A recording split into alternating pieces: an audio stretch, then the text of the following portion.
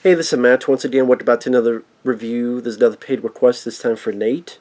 Thank you so much for that. And for those interested in requesting pretty much any type of videos or commentaries or reactions or reviews or randomness or topics or whatever, feel free to send it either directly to my PayPal or join my Patreon. Both links are down below in the info box.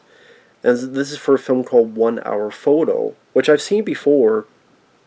And what makes the film is Robin Williams' performance, because I miss Robin Williams. I'm a fan of his. I always was a fan of his comedy. And I do get intrigued when a comedian goes into more dramatic work, because it's a refreshing change of pace. Jim Carrey, when he did a bit more with The Truman Show or The Eternal Sunshine of the Spotless Mind. Adam Sandler with Punch Drunk Love and Uncut Gems. Not always. I mean, Eddie Murphy, what he did, Mr. Church, is there. But Eddie Murphy never played characters like this. Pretty much Robin Williams, very different look for him, with the hair and different color hair and his demeanor. He's a guy you tell has a very, very lonely existence. He's a photo developer, hence the title. He's interrogated by this cop played by Eriq La Salle. Good actor. He was in ER. He was in this film, the original Jacob's Ladder from 1990. He's been in other stuff. And then the rest of the film is this flashing back to what led up to this. Where, like, he's a very lonely, shy, making copies of these pictures for his job. And he's very centered on this family. This family which has Michael Vartan, who I believe was the lead in this pretty cool killer crocodile film called Road. He's the dad in this. The mom is Connie Nielsen. She was the one in Wonder Woman that I said, she could be a better Wonder Woman than the actual Wonder Woman. Because I try to remember her name, it's Connie Nielsen, that's right. Because I've seen her in stuff like this film, Basic, with John Travolta, which I like that film. Might be convoluted, but I like Basic with John Travolta and Sam Jackson. That's, I think, the last decent John McTiernan film. And then they have a kid, and Robin Williams' kid is very obsessed with them. But he's, very kind. He gives the kid, a free camera for his birthday, even though he's not supposed to. He makes copies of their photos, and he has, a big wall of their photos on his wall. I mean, you get creepy images like that, where Robin Williams' character is very creepy, but he's also a very sad character. He's, I would say, a tragic character. And a lot of it's kind of us being in his shoes. Why he likes these old photos, because they say, I was here, and I existed.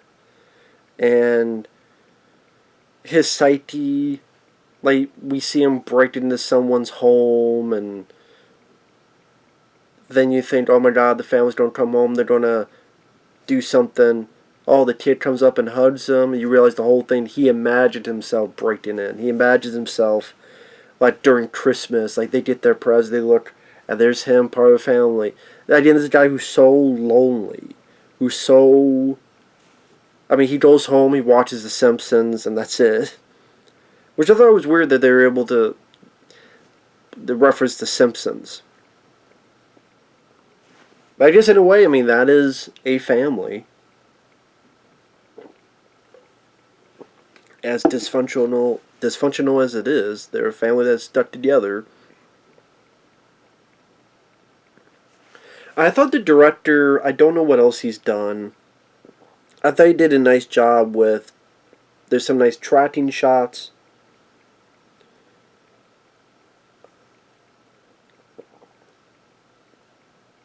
For example, when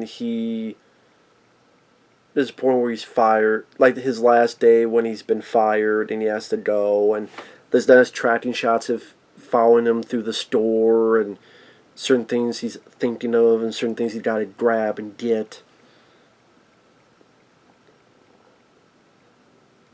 Or there's like a weird nightmare scene where he's sleeping and then we see him in this, everything's white, his suit is white, the store is white. And then I forgot about, then his eyes are like blood red and he does this and blood shoots out. It's like, wow, that was a creepy nightmare.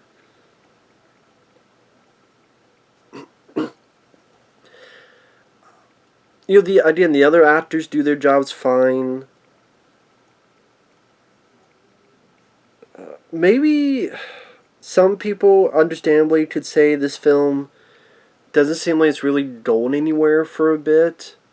Because, again, you're pretty much just in this guy's shoes while this family that Tim seems perfect. What puts him a bit over the edge is one of the photos he develops, he finds out that the husband is cheating with someone else. So this picturesque, perfect family he envisioned of these people, that he's living vicariously through, has been shattered. I think that's kind of the gist of the story, is that his existence is such a lonely affair. He's living his life through their photos, through their eyes. Imagines being part of their life. And when that's shattered, he goes a little bit off the deep end. And like, gets fired by Gary Cole, who plays his boss. Gary Cole, if you remember Office Space, he's the boss. Like, okay, yeah, I'm gonna have to have you come in on Saturday, and yeah, actually, I'm gonna have to have you come in on Sunday too. Okay, all right. He's been in a lot of other stuff too. He's a good actor.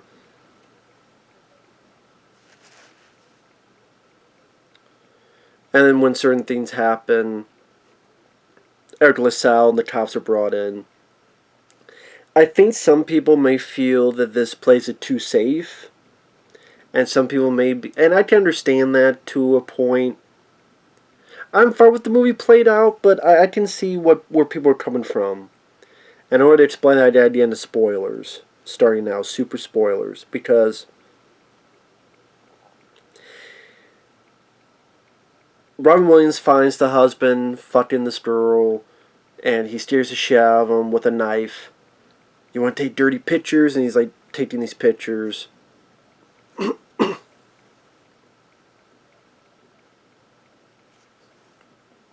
And then he runs away. And at the beginning of the film, you're like, can I see my pictures? They're evidence. So it's making you mislead in a direction where you think he went off the deep end and murdered these people. And I actually appreciate this. This is why it didn't bother me. I think that would be more the typical, that yeah, he's crazy, is a bunch of blood. But no, he steered the shit out of him. The husband is still alive. The woman is still alive. She just steered shitless. And the pictures of evidence is just pictures of the hotel room. He likes taking pictures.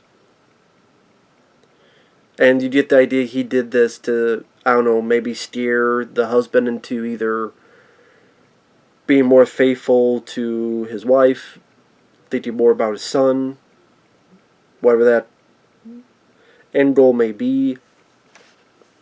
And even at the end when Eriq La Salle's listening and Robin's at first talking about the family and about, how this guy hurt his family, betray their trust.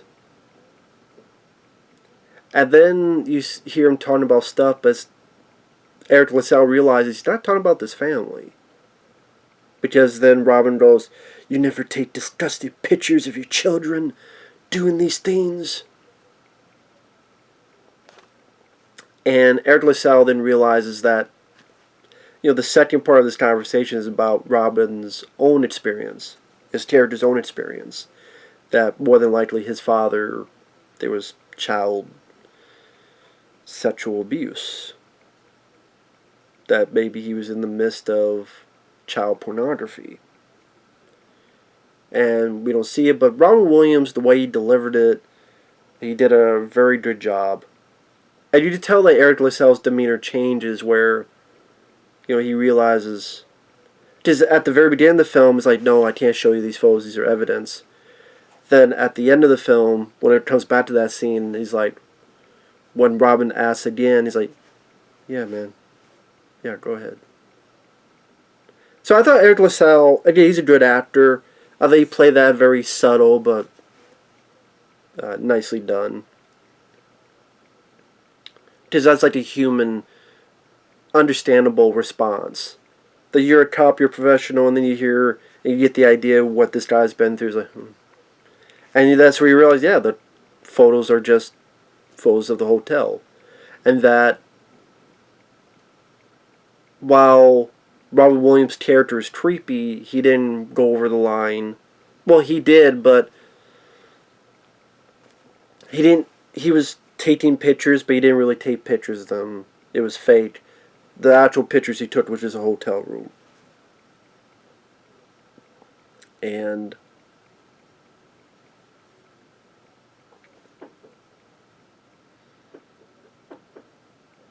he didn't go so far to kill. That's what I mean by crossing that line. And that's what I mean. I think maybe some people will feel it's a bit too tame or a bit too safe. But yeah, I thought it worked well enough and making things a bit different compared to other stuff, where it's just more of a showcase of just this guy thought he was trying to do a good thing in his own creepy, lonely existence style, that he thought maybe this is a very harsh. Remember that thing called Steered Straight, which was, of course, nowadays people say that they think, oh, you mean you're not gay anymore? No, this is a different straight. It's when these kids who are being assholes and juvenile delinquents, they are put into a prison with real criminals, and real criminals steer the shit out of them. And say, yeah, you're such a tough guy, you come here, you know what's going to happen? This is what's going to happen. To steer them into not ever get into that predicament to being in prison. It's like, you think you're so tough, huh? I'm going to bend you over, I'm going to fuck you. Yeah, and then I'm going to shiv you, and you're going to be my bitch. And it's meant to steer the shit out of these kids to stop doing illegal shit. This is where you can lead up to with people like this. And you're steered to be on the straight and narrow path. So, like, in a way, this is what Robin Williams' character was doing. I forget what channel that was on, but I think it's called Steered Straight. Obviously, they wouldn't do that nowadays because it would be un-PC, but I got the idea why they were doing that. I forgot where it was on. Was it on HBO or Showtime or something? I can't remember. But it was to steer this guy into, like, you go on the straight and narrow path. You either you get divorced or you do this, you do that, but you make that fucking choice. Or you try to be a better husband and father. And again, while the film felt like it went a bit too long, only because it didn't feel like a whole lot was happening, because it is a bit of a slow burn. Robin Williams, it showed that he's very capable of. He wasn't not just a comedian. He was a talented dramatic actor. He was a talented serious actor. And whether it be in this film, whether it be Insomnia, whether it be in others, he could pull it off.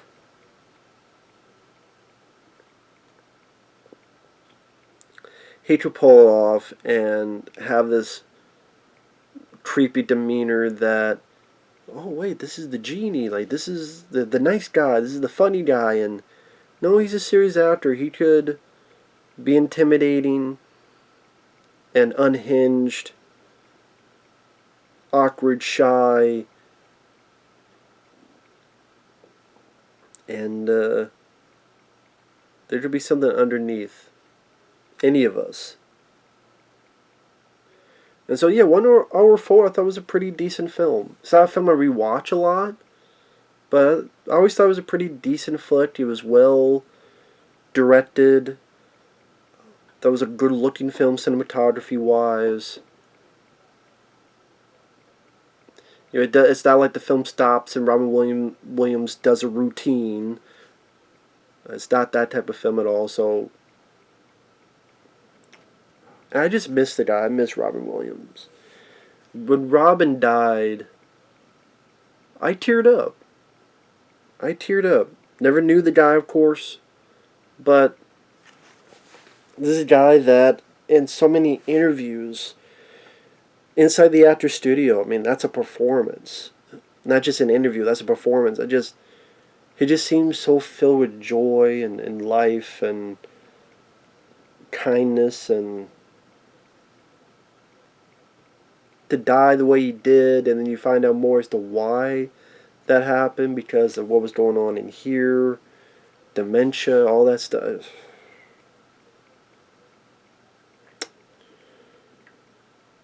It is more heartbreaking. Just fucking sucks. But anyway, with that said, thanks for watching. We'll see you guys later. Bye-bye.